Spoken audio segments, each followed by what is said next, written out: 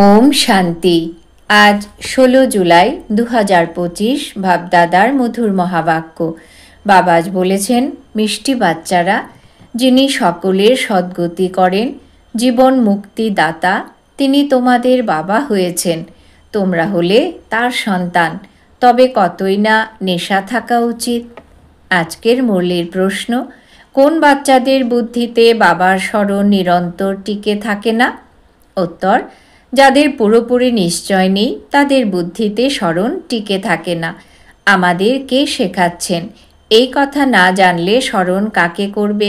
যারা যথার্থরূপে চিনে বাবাকে স্মরণ করে, তাদেরই বিকর্ম বিনষ্ট হয়। বাবা স্বয়ং এসে নিজের আর নিজ ধামের যথার্থ পরিচয় দেন। ওম শান্তি।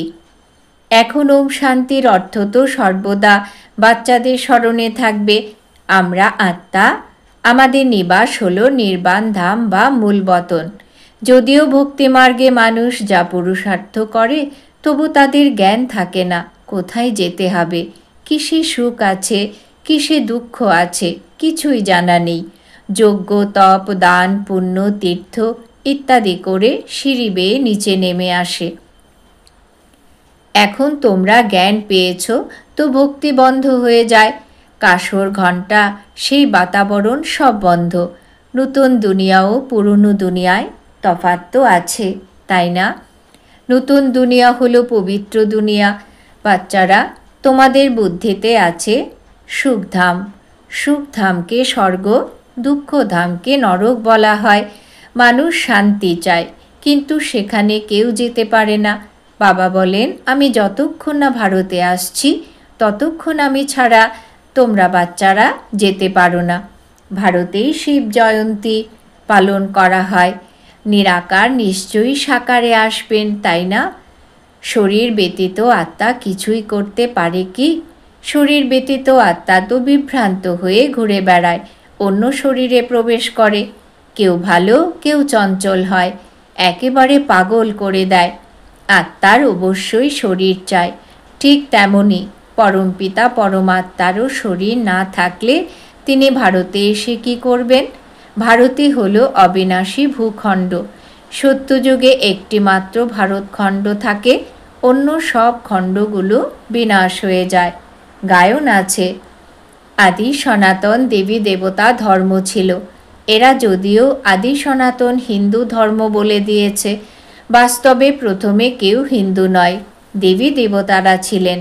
ইউরোপবাসী নিজেদের খ্রিস্টান বলে, ইউরোপিয়ান ধর্ম তো বলা হয় না, কিন্তু এখানে হিন্দুস্তানবাসীদের হিন্দু বলা হয়েছে।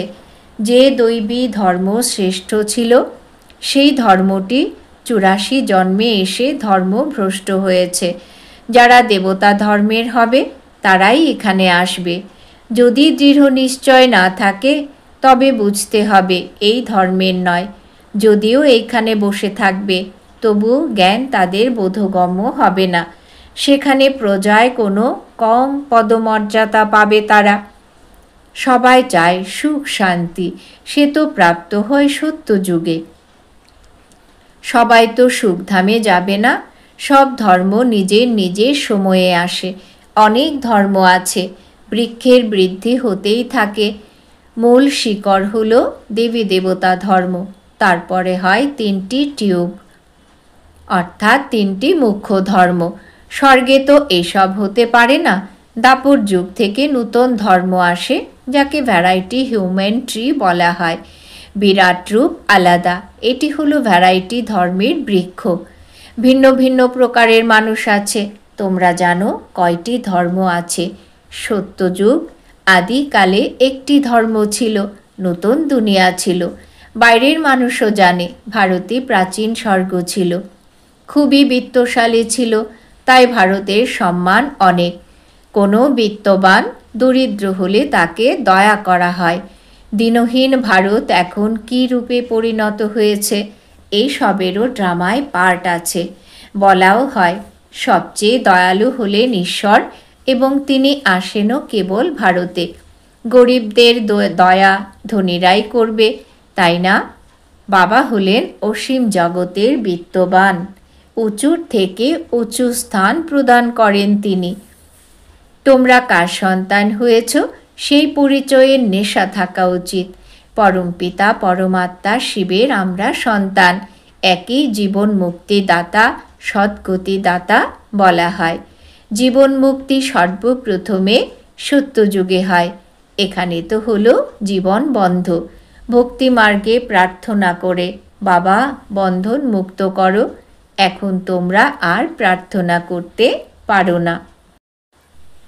তোমরা জানো বাবা হলেন জ্ঞানের সাগর। তিনি ওয়ার্ল্ডের হিস্ট্রি জিওগ্রাফির সার বোঝাচ্ছেন। তিনি হলেন নলেজফুল। তিনি অর্থাৎ ব্রহ্মা বাবা তো নিজেই বলেন, আমি ভগবান নই। তোমাদের তো দেহ থেকে পৃথক দেহি অভিমানী হতে হবে। সম্পূর্ণ দুনিয়াকে, নিজের শরীরকেও ভুলে যেতে হবে। ইনি ভগবান নন। ব্রহ্মা বাবাকে বলা হয় বাপ দাদা। শিব বাবা হলেন উঁচুর থেকে উঁচুতে। এই হলো ব্রহ্মা বাবার শরীর, পুরনো শরীর। মহিমা কেবল এক শিব বাবার। তার সঙ্গেই যোগযুক্ত হতে হবে, তবেই পবিত্র হবে। তা না হলে কখনোই পবিত্র হতে পারবে না এবং শেষ সময়ে হিসেব নিকেশ মিটিয়ে সাজা ভোগ করে চলে যাবে। ভক্তিমার্গে আমি সেই আমি এই মন্ত্রটি শুনেছ। আমরা আত্মারা পরম পিতা পরমাত্মা, সেই আমরা আত্মা, এই ভুল মন্ত্রটি পরমাত্মার বিপরীত দিকে নিয়ে যায়। বাবা বলেন, বাচ্চারা যে পরমাত্মা সেই আত্মাই আমরা বলাটা একেবারেই ভুল। বাচ্চারা, এখন তোমাদের বর্ণের রহস্য বোঝানো হয়েছে। আমরা সেই ব্রাহ্মণ, পরে আমরাই দেবতায় পরিণত হওয়ার পুরুষার্থ করি। তারপরে আমরা সেই দেবতা হয়ে ক্ষত্রিয় বর্ণে আসব। অন্যরা কেউ কি জানে আমরা কিভাবে 84 জন্ম গ্রহণ করি, কোন কুলে জন্ম হয়? তোমরা এখন বুঝেছ আমরা ব্রাহ্মণ। বাবা তো ব্রাহ্মণ নন। তোমরাই এই বর্ণে আসো। এখন ব্রাহ্মণ ধর্মে দীক্ষিত হয়েছ। শিব বাবার দ্বারা প্রজাপিতা ব্রহ্মার সন্তান হয়েছ, এই কথাও জানো। নিরাকারী আত্মারা হলো প্রকৃতরূপী ঈশ্বরীয় কুলের। নিরাকারী জগতের নিবাসী, পরে সাকারী দুনিয়ার পার্ট প্লে করতে আসে। পার্ট প্লে করতে আসতে হয়। সেখান থেকে এসে আমরা দেবতাকুলে 8 জন্ম নিয়ে ক্ষত্রিয় কুলে বৈশ্যকুলে আসি। বাবা বোঝান, তোমরা এতগুলো জন্ম দৈবীকুলে নিয়েছ, তারপর এতগুলো জন্ম ক্ষত্রিয় কুলে নিয়েছ। এই হলো 84 জন্মের চক্র। তোমরা ছাড়া এই জ্ঞান আর কেউ প্রাপ্ত করে না। যারা এই ধর্মের হবে তারাই এইখানে আসবে। রাজধানী স্থাপন হচ্ছে। কেউ রাজা রানী, কেউ প্রজা হবে। Suryavanshi Lakshminarayan the first, second, third 8টি বংশ চলে। তারপরে ক্ষত্রিয় ধর্মেও ফার্স্ট, সেকেন্ড, থার্ড এমনভাবে চলে। এইসব কথা বাবা বোঝান। যখন জ্ঞানের সাগর আসেন তখন ভক্তি শেষ হয়, রাত শেষ হয়ে দিন হয়। সেখানে কোনো রকমের ধাক্কাধাক্কি থাকে না, থাকে শুধু আরাম, কোনো ঝামেলা নেই। এও ড্রামায় নির্দিষ্ট আছে। ভক্তির সময়কালেই বাবা আসেন। সবাইকে অবশ্যই ঘরে ফিরে যেতে হবে। তারপরে নামবে নম্বর অনুসারে। খ্রাইস্টের আগমন হলে খ্রিস্টান ধর্মের মানুষ আসবে। এখন দেখো, খ্রিস্টান অনেক আছে। খ্রাইস্ট হলেন খ্রিস্টান ধর্মের বীজ।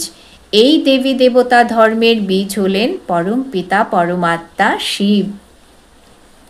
তোমাদের ধর্ম স্থাপন করেন পরম পিতা পরমাত্মা।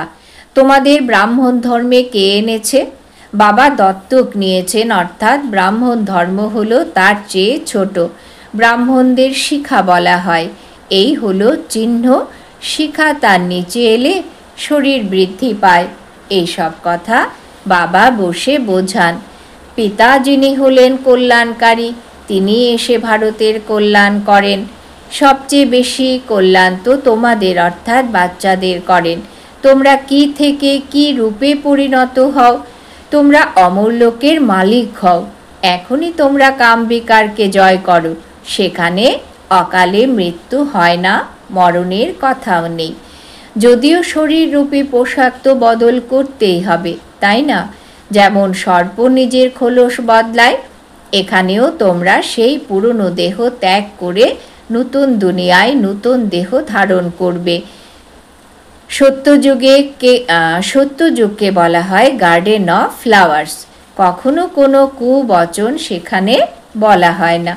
এখানে তো হলো কুসঙ্গ, মায়ার সঙ্গ এইখানে, তাই এর নাম ঘোর নরক। স্থান পুরনো হয়ে গেলে তখন মিউনিসিপ্যালিটি থেকে লোক এসে খালি করায়। বাবাও বলেন, যখন দুনিয়া পুরনো হয় তখন আমি আসি। জ্ঞানের দ্বারা সদ্গতি হয়ে যায়, রাজযোগ শেখানো হয়, ভক্তিতে কিছুই নেই।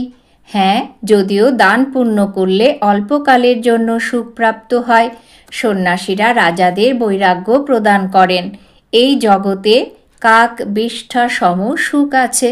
বাচ্চারা, এখন তোমাদের অসীম জগতের বৈরাগ্য শেখানো হয়। এই হলো পুরনো দুনিয়া। এখন সুখধামকে স্মরণ করো, তারপরে শান্তিধাম হয়ে এখানে আসতে হবে। দিলওয়ারা মন্দিরে হুবহু তোমাদের এই সময়ের স্মরণিকা তৈরি আছে। নিচে তপস্যায় বসে, ওপরে স্বর্গ। না হলে স্বর্গ কোথায় দেখাবে? মানুষ মরলে বলা হয় স্বর্গে গেছে। স্বর্গ উপরে আছে, কিন্তু ওপরে তো কিছুই নেই। ভারতী স্বর্গ, ভারতী নরক হয়। এই মন্দিরটি হলো সম্পূর্ণ স্মরণিকা। এই মন্দির ইত্যাদি সব পরে তৈরি হয়। স্বর্গে ভক্তি থাকে না, সেখানে তো থাকে শুধু সুখ আর সুখ। বাবা এসে সব রহস্য বুঝিয়ে দেন। অন্য সব আত্মাদের নাম পরিবর্তন হয়, শিবের নাম পরিবর্তন হয় না। তার নিজস্ব শরীরে নেই। শরীর ছাড়া পড়াবেন কিভাবে? প্রেরণার দ্বারা পড়ানোর কোনো ব্যাপারই নেই। প্রেরণা অর্থাৎ চিন্তন, এমন নয় ওপর থেকে প্রেরণা দেবেন আর জ্ঞান পৌঁছে যাবে। এতে প্রেরণার কোনো কথা নেই। যে বাচ্চাদের বাবার সম্পূর্ণ পরিচয় জানা নেই, সম্পূর্ণ নিশ্চয় নেই, তাদের বুদ্ধিতে জ্ঞান স্থির থাকবে না। আমাদের কে শেখাচ্ছেন সে কথা না জানলে স্মরণ করবে কাকে? বাবার স্মরণ দ্বারা তোমাদের বিকর্ম বিনষ্ট হবে। জন্ম জন্মান্তর ধরে যে লিঙ্গরূপ স্মরণ করেছ, বুঝেছ ইনি হলেন পরমাত্মা, এই হলো তারই স্বরূপ। উনি হলেন নিরাকার, সাকার নন। বাবা বলেন, আমাকেও প্রকৃতির আধার নিতে হয়, না হলে তোমাদেরকে সৃষ্টিচক্রের রহস্য কিভাবে বোঝাবো? এই হলো রুহানি নলেজ, অর্থাৎ আত্মিক জ্ঞান। আত্মাদেরই এই নলেজ প্রাপ্ত হয়। এই নলেজ একমাত্র বাবাই প্রদান করেন। পুনর্জন্ম তো নিতেই হয়। সব আত্মারূপী অ্যাক্টরদের নিজের নিজের পার্ট রয়েছে। নির্বাণধামে কেউ যেতে পারে না, কারোর মোক্ষ লাভ হয় না। যে 1 নম্বরে বিশ্বের মালিক হন, তাকেই 84 জন্মে আসতে হয়। অবশ্যই চক্র পূর্ণ করতে হবে। মানুষ ভাবে মোক্ষ প্রাপ্ত হয়। কত রকম মতান্তর আছে, বৃদ্ধি হতেই থাকে, কেউ ফিরে যায় না। বাবা স্বয়ং 84 জন্মের কাহিনী বলেন। বাচ্চারা, তোমাদের পড়া করে পড়াতে হবে। এই রুহানি নলেজ তোমরা ছাড়া আর কেউ দিতে পারে না, না শূদ্র না দেবতা, কেউ দিতে পারে না। সত্যযুগে দুর্গতি হয় না, যে নলেজ প্রাপ্ত হবে। এই নলেজ হলোই সদ্গতির জন্য। সদ্গতি দাতা লিবারেটর হলেন একজনই। স্মরণের যাত্রা না করে কেউ পবিত্র হবে না। সাজা ভোগ করতেই হবে, পদমর্যাদাও কম হয়ে যাবে। সবার হিসেব নিকেশ তো ক্লিয়ার হবে, তাই না? তোমাদেরকে তোমাদের কথাই বোঝানো হয়। অন্য ধর্মে যাওয়ার কি প্রয়োজন আছে? ভারতবাসীদের এই নলেজ প্রদান করা হয়। বাবা ভারতে এসে 3টি ধর্ম স্থাপন করেন। এখন তোমাদেরকে শূদ্র ধর্ম থেকে বের করে উঁচু কুলে নিয়ে যাওয়া হয়। ওই হলো নীচ পতিত কুল। এখন পবিত্র করার জন্য তোমরা ব্রাহ্মণরা নিমিত্ত হও। একেই রুদ্র জ্ঞান যজ্ঞ বলা হয়। রুদ্র শিব বাবা যজ্ঞ রচনা করেছেন। এই অসীমের যজ্ঞে সম্পূর্ণ পুরনো দুনিয়া উৎসর্গ করা হয়। তারপর নতুন দুনিয়া স্থাপন হয়ে যাবে, পুরনো দুনিয়া শেষ হবে। তোমরা এই নলেজ প্রাপ্ত করো নতুন দুনিয়ার জন্য। দেবতাদের ছায়া পুরনো দুনিয়ায় পড়ে না। তোমরা বাচ্চারা জানো যে কল্পপূর্বে যারা এসেছিল তারা এসে এই নলেজ অর্জন করবে, নম্বর অনুযায়ী পুরুষার্থ অনুসারে পড়াশোনা করবে। মানুষ এখানেই শান্তি চায়। এবারে আত্মা হলই শান্তিধামের নিবাসী। তবে এখানে শান্তি হবে কিভাবে? এই সময় তো ঘরে ঘরে অশান্তি। রাবণের রাজত্ব কিনা, সত্যযুগে সম্পূর্ণ শান্তির রাজত্ব থাকে। এক ধর্ম, এক ভাষা থাকে। আচ্ছা, মিষ্টি মিষ্টি হারানিধি বাচ্চাদের প্রতি মাতা পিতা বাপদাদার স্মরণের স্নেহ সুমন আর সুপ্রভাত। আত্মাদের পিতা তার আত্মারূপী বাচ্চাদেরকে জানাচ্ছেন নমস্কার। আমরা আত্মারূপী বাচ্চারা আমাদের মাতা পিতা বাপদাদাকে জানাই স্মরণের স্নেহ সুমন সুপ্রভাত নমস্কার।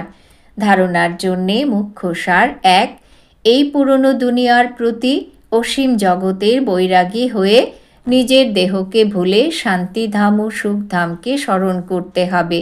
নিশ্চয় বুদ্ধি হয়ে স্মরণের যাত্রায় থাকতে হবে। 2, আমি সেই আমি এই মন্ত্রের যথার্থ ভাব বুঝে এখন যে ব্রাহ্মণ সেই দেবতা হওয়ার পুরুষার্থ করতে হবে। সবাইকে এর যথার্থ অর্থ বোঝাতে হবে। বরদান। বাবা আজ বরদান দিয়েছেন, অন্তর্মুখী থাকার অভ্যাসের দ্বারা অলৌকিক ভাষাকে বুঝতে সক্ষম সদা সফলতা সম্পন্ন ভব। বিস্তার। তোমরা বাচ্চারা যেমন যেমন অন্তর্মুখী সুইট সাইলেন্স স্বরূপে স্থিত হতে থাকবে, ততই নয়নের ভাষা, ভাবনার ভাষা আর সংকল্পের ভাষাকে সহজেই বুঝতে পারবে। এই 3 প্রকারের ভাষা আত্মিক যোগী জীবনের ভাষা। এই অলৌকিক ভাষা অতীব শক্তিশালী। সময় অনুসারে এই 3 ভাষার দ্বারাই সহজে সফলতা প্রাপ্ত হবে। সেই জন্যই এখন এই আত্মিক ভাষার অভ্যাস গড়ে তোলো। স্লোগান। তোমরা এতটাই হালকা হয়ে যাও যাতে বাবা তোমাদের নিজের চোখের পাতায় বসিয়ে সাথে করে নিয়ে যেতে পারেন। আজকের সমান আমি সদা সফলতা সম্পন্ন আত্মা। আজকের জন্য অব্যক্ত ইশারা। সংকল্প শক্তি জমা করে শ্রেষ্ঠ সেবার নিমিত্ত হও। বর্তমান সময়ে বিশ্ব কল্যাণ করার সহজ সাধন হল নিজের শ্রেষ্ঠ সংকল্প একাগ্র করা। শুধুমাত্র এইভাবেই তোমরা সকল আত্মার বিচরণশীল বুদ্ধিকে স্থির করতে পারবে। বিশ্বের সব আত্মাই বিশেষভাবে চায় যে তাদের বিচরণশীল বুদ্ধি স্থির হোক এবং মনের চঞ্চলতা থেকে একাগ্র হোক। এর জন্য একাগ্রতা অর্থাৎ সব সময়ই এক বাবা, দ্বিতীয় কেউ নেই, এই স্মৃতির একরূপ স্থিতিতে স্থিত হওয়ার বিশেষ অভ্যাস করো। ওম শান্তি।